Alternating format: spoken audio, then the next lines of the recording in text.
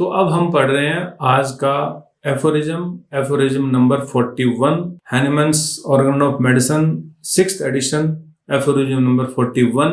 ये जो एफोरिज्म है ना, ये आर्टिफिशियल ड्रग डिजीज के बारे में हैनिमन वार्न कर रहे हैं, उसके बारे में है। हैनिमन इसमें एक्सप्लेन करेंगे हमें कि किस तरह से आर्टिफिशियल डिजीज इम्प्रॉपर ट्रीटमेंट के द्वारा, खास करके इम्प्रॉपर एलोपैथिक ट्रीटमेंट के द्वारा कॉज की जाती है, जो कि नेचुरल डिजीज के साथ मिलके एक बड़ी कॉम्प्लेक्स प्रॉब्लम हमारे लिए क्रिएट कर देता है। एफोरिज्म को अपन पढ़ते हैं, पढ़ के फिर इसको एक बार फिर से अपन अंडरस्टैंड करेंगे। ठीक है, थोड़ा लंबा है, रैपिड पढ़ लेता हूँ। एफोरिज्म नंबर 41, डॉक्टर हैनिमन लिखते हैं, much more frequent than the natural disease associating with and complicating one another in same body are the morbid complications which the inappropriate medical treatment, लिखा है स्पेशल ब्रैकेट के अंदर, the allopathic method is apt to produce by the long continued employment of the unsuitable drugs to the natural disease which it is proposed to cure. There are then added by the constant repetition of unsuitable medicinal agent the new, often very tedious, morbid conditions corresponding to the nature of this agent. These gradually coalesce with and complicate the chronic malady, which is dissimilar to then which they were unable to cure by similarity of action, that is homeopathically, adding to the old disease a new dissimilar artificial malady of a chronic nature, and thus give the patient a double in place of single disease, that is to say, render him much worse and more difficult to cure, often quite incurable.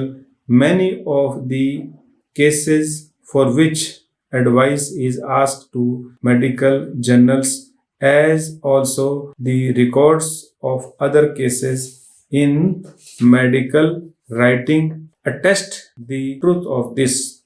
Of a similar character are the frequent cases in which venereal cancer's disease, complicated especially with SORA or with the dyscrasia of condylomatous gonorrhea, is not cured by long continued or frequently repeated treatment with large doses of unsuitable mercurial preparations, but assumes its place in the organism beside the chronic mercurial action.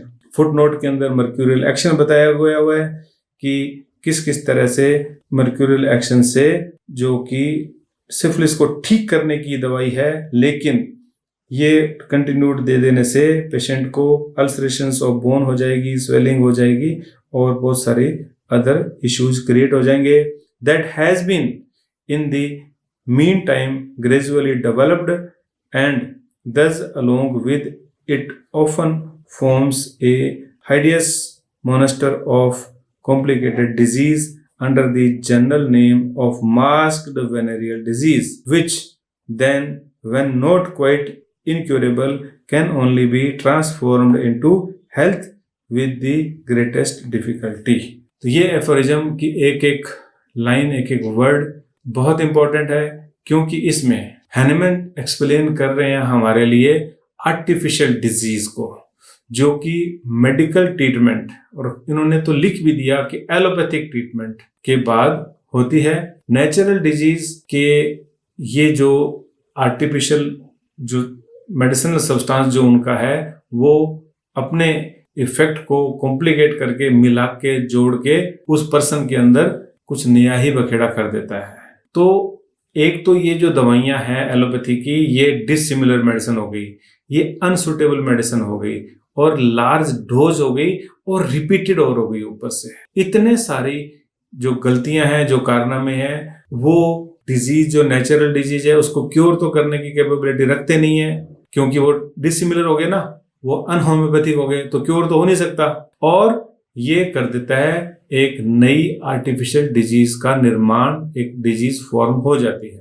Over the time ये जो disease induced disease है, medicine induced disease है, ये medicine induced disease यानी कि drug disease, ये natural disease या original जो डिजीज थी उसको ज्वाइन करके एक डबल डिजीज बना देता है। तो यहाँ पे क्या हो गया, original disease added with new drug produced chronic condition, ठीक है।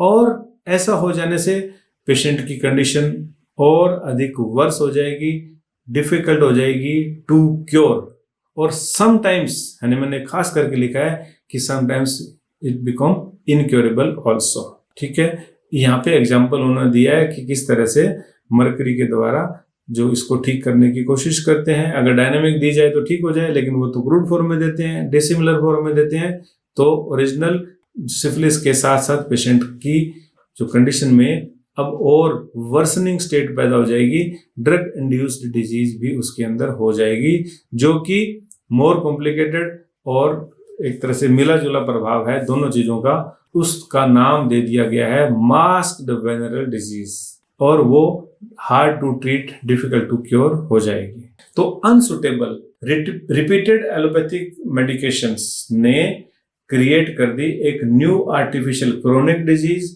जो कंबाइन हो जाती है ओरिजिनल डिजीज के साथ में, और पेशेंट हो जाएगा पहले से भी ज्यादा बीमार, यानी कि पेशेंट हो गया वर्स।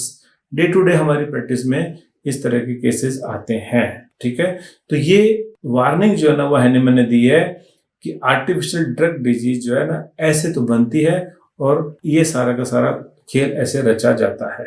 तो ये एफोरिज्म आज के जो वर्तमान पीरियड के अंदर जो एलोपैथिक ओवर ड्रगिंग है, जो हर छोटी से बड़ी बीमारी के इलाज के लिए once a patient always a patient की थ्योरी चलती है।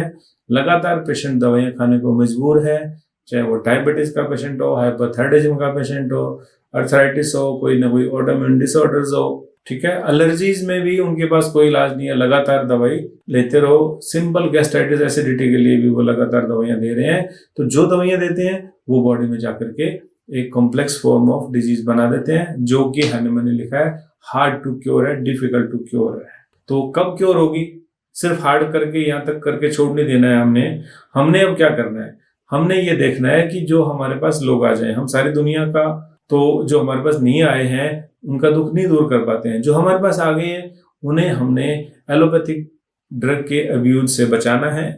हमारा ये फर्ज बनता है कि हम उन्हें बताएं कि ये दवाइयां जाकर के आपके शरीर में क्या कर रही है, और ये अबव ऑल आपको क्योर तो कर ही नहीं रही है। क्योर कर नहीं रही है तो लगातार आप जस्ट कंट्रोल कंट्रोल कंट्रोल कब तक करेंगे, और जब उनके साइड इफेक्ट आएंगे तब आपको मालूम चलेगा कि यस ये सारा का सारा डैमेज जो हुआ है ये समय रहते दवाइयों को हटा के होम्योपैथिक इलाज नहीं लेने की वजह से हुआ है, ठीक है। तो हमने हनीमैन के इस एफोरिज्म के माध्यम से ये सीखना है, ये जानना है कि किस तरह से ह्यूमैनिटी जो है ना वो सफर कर रही है लगातार दवाइयां खा खा करके अपनी नेचुरल डिजीज को मोर कॉम्प्लेक्स डिजीज बना बना करके, ठीक है।